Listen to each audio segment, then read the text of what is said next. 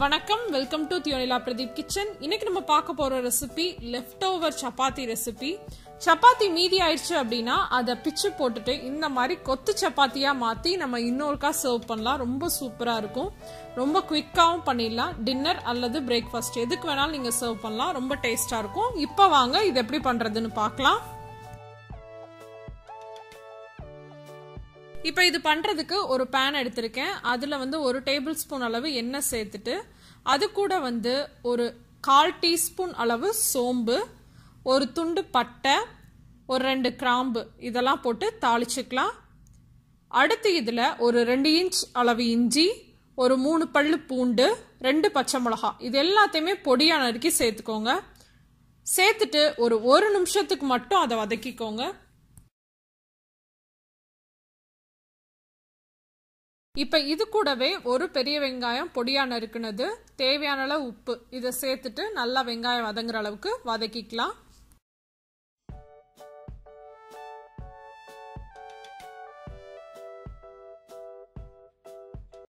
வெங்காயம் இந்த மாதிரி வதங்கினதுக்கு அப்புறமா அதுல தக்காளி சேர்த்துக்கோங்க. ஒரு பெரிய சைஸ் தக்காளி சேர்த்திருக்கேன். அது கூட மசாலா தூள் எல்லாமே சேர்த்துக்கலாம். 1 டீஸ்பூன் அளவு மிளகாய் தூள், 1 டீஸ்பூன் அளவு மல்லித்தூள், 1/2 டீஸ்பூன் அளவு மஞ்சள் தூள், 1/2 டீஸ்பூன் அளவு கரம் மசாலா, 1/2 டீஸ்பூன் அளவு சீரகத்தூள் இது எல்லாமே சேர்த்துக்கோங்க. இந்த மசாலால உங்கள்கிட்ட ஏதாச்சும் மசாலா இல்லைன்னா கூட நீங்க அதை ஸ்கிப் பண்ணிக்கலாம். உங்க விருப்பமான மசாலா கூட நீங்க சேர்த்துட்டு செய்யலாம். அடுத்து இதுல ஒரு கேப்சிகம், அதாவது ரெட் கேப்சிகம் எடுத்திருக்கேன் நான். உங்களுக்கு என்ன கலர் வேணுமோ அதை எடுத்துக்கோங்க. ஒரு பாதி அளவு கேப்சிகம் எடுத்துட்டு அதையும் பொடியா நறுக்கி சேர்த்துட்டு நல்லா மசாலாவோட பச்சை வாசனை போற அளவுக்கு அதை வதக்கிக்கலாம்.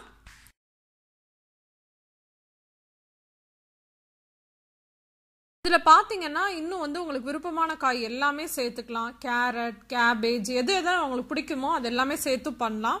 நான் இன்னைக்கு பச்சை பட்டாணி மட்டும் சேர்த்திருக்கேன். இது ஃப்ரோசன் பட்டாணி, அதனால வேக வைக்க தேவையில்ல. அதனால நான் அப்படியே சேர்த்திருக்கேன். நீங்க ஃப்ரெஷ்ஷான பட்டாணி யூஸ் பண்றீங்க அப்படின்னா வேக வச்சுட்டு சேர்த்துக்கோங்க.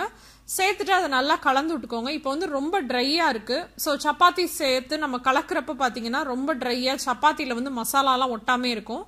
அதனால ஒரு 2 டேபிள் ஸ்பூன் மட்டும் தான் தண்ணி சேர்க்கணும். அதுக்கு மேல சேர்க்கவே கூடாது. சேர்த்துட்டு நல்லா கலந்து விட்டுக்கோங்க. தண்ணி லைட்டா வத்துனதுக்கு அப்புறமா அதுல நம்ம முட்டை சேர்த்துக்கலாம்.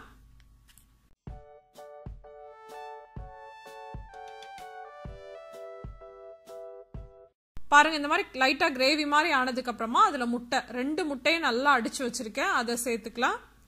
இந்த மெஷர்மெண்ட்டுக்கு நீங்க 2ல இருந்து 3 முட்டை கூட சேர்த்துக்கலாம்.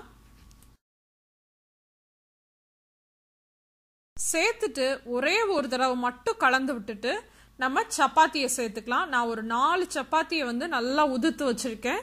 4ல இருந்து 5 சப்பாத்தி கூட நீங்க எடுத்துக்கலாம்.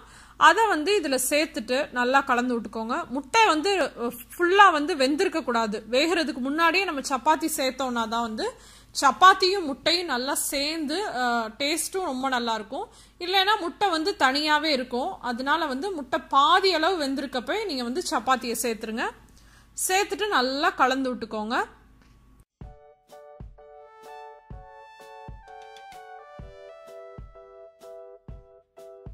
இந்த மாதிரி நல்லா கலந்ததுக்கு அப்புறமா அதுல கொத்தமல்லி இலை, அப்புறம் காரம் டேஸ்ட் பார்த்துட்டு உங்களுக்கு பத்தலை அப்படின்னா மிளகுத்தூள் சேர்த்துக்கோங்க. ஆனா நீங்க முட்டை சேர்த்துருக்கனால மிளகுத்தூள் சேர்த்தீங்கன்னா ரொம்ப டேஸ்ட் நல்லா இருக்கும்.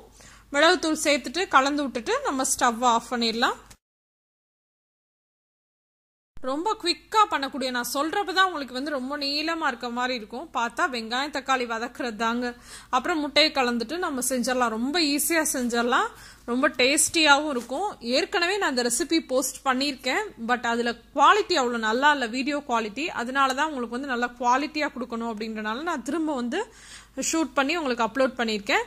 இந்த வீடியோ உங்களுக்கு பிடிச்சிருந்துச்சுன்னா லைக் பண்ணி உங்க ஃப்ரெண்ட்ஸ் கூட ஷேர் பண்ணுங்க. இன்னொரு இன்ட்ரெஸ்டிங்கான ரெசிபியோட உங்க எல்லாரையும் சந்திக்கிறேன். அதுவரை உங்களிடமிருந்து விடைபெறுவது உங்கள் தியோனிலா பிரதீப். தேங்க்யூ.